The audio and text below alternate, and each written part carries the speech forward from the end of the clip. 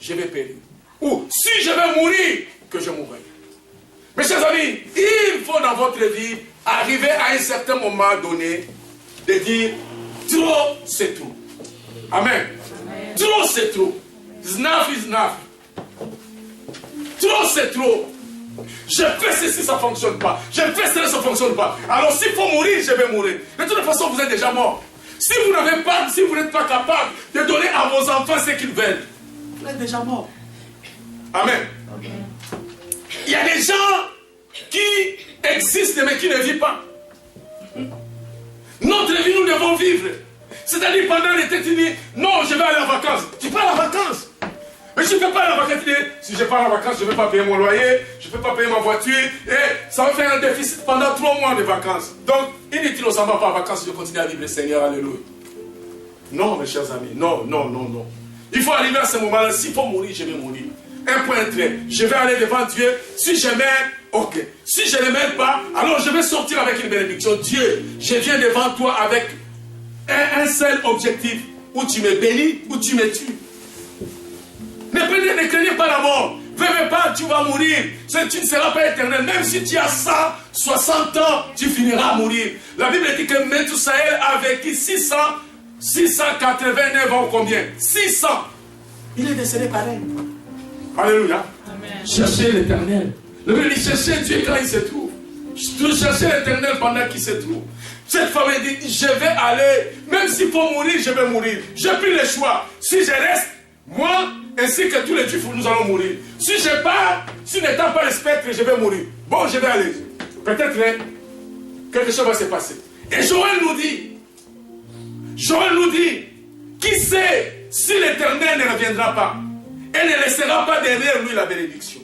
La femme est allée. Pendant 3 jours, il a gêné. Mais pourquoi il doit gêner pendant 3 jours? Et c'est pendant que c'est son mari. Mes chers amis, pour voir les rois, on ne voit pas les rois n'importe quand. Non, tu viens que tu sois là-bas, je vais aller voir les rois. Non. Si la reine Elisabeth vient ici, tu ne vas pas aller voir les rois comme tu es là. Tu vas chercher à aller faire le meilleur cheveu de la vie. Tu vas aller chercher le meilleur rôle de la vie, même si tu n'as pas d'argent. Et que tu es invité de participer à la fête où la reine Elisabeth sera là. Tu vas aller chercher le meilleur soulier de la vie. Tu vas te laver bien avec un beau parfum. Alléluia. Parce que tu veux voir le roi. Une personne. Mais imagine, toi, tu vas aller voir le roi des rois, Jésus. Il faut que tu te dépouilles des saletés que tu as. Pendant 3 jours, il a eu le temps de dépouiller les saletés, de demander pardon, de demander la sanctification et que son visage puisse resplendir. Waouh!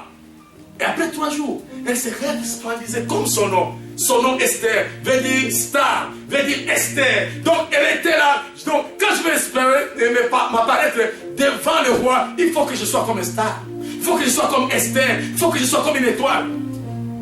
Esther apparaît devant le roi. Quand le roi le voit dire, il attend directement le spectre. Il va toucher le spectre, Sophie. Qu'est-ce que tu es venu faire ici, la reine? Demande-moi tout ce que tu veux. Même la moitié de mon royaume, je vais te le donner.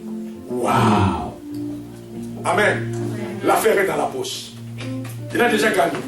L'affaire est entrée dans la poche.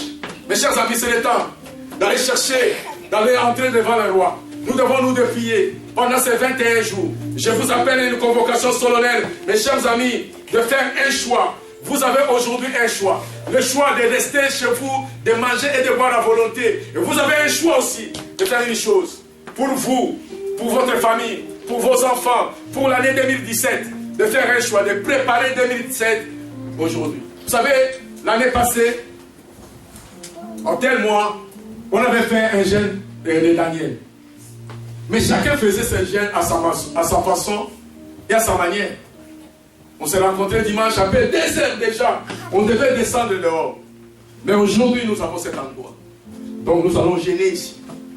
Nous allons jeûner ici. Oh mes chers amis, regardez ton problème.